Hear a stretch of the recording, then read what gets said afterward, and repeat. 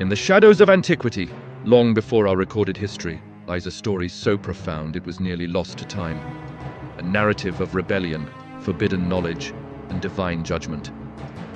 This is the tale from the Book of Enoch, a text that unveils the fall of the Watchers.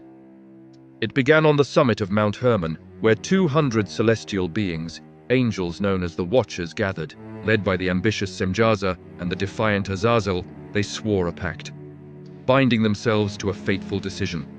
They would descend from their spiritual realm and unite with the daughters of men, forever blurring the line between heaven and earth.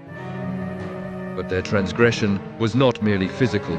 The Watchers brought with them forbidden arts that would corrupt humanity. Azazel taught the secrets of metallurgy, turning earthly metals into weapons of war and ornaments of vanity.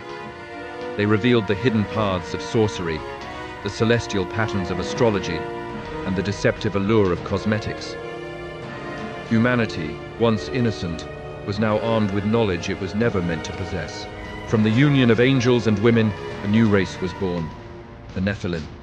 These were giants of immense power and insatiable hunger. They devoured the earth's resources, consuming all that man and nature produced. When the land could no longer sustain them, they turned upon humanity itself, their creator's kin, in a terrifying reign of cannibalistic chaos. Amidst this turmoil, one man stood as a bridge between the mortal and the divine. Enoch, a human scribe chosen to walk with God. The Watchers, now terrified of the divine judgment they had unleashed, came to him in desperation. They begged Enoch to write a petition on their behalf, to plead for the forgiveness they could no longer ask for themselves. Enoch, in his righteousness, presented their plea to the heavens. But the divine response was absolute and final. God rejected their petition, declaring that the Watchers had abandoned their spiritual nature for carnal desires. There would be no peace for them, no return to their celestial home.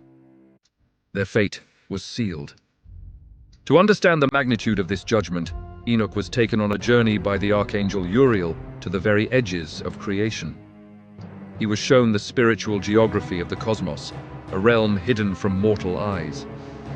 First, he saw Tartarus, a prison of fire and chains, where the fallen angels were bound to burn until the final day of judgment. Next, he witnessed Sheol, the waiting place of human souls.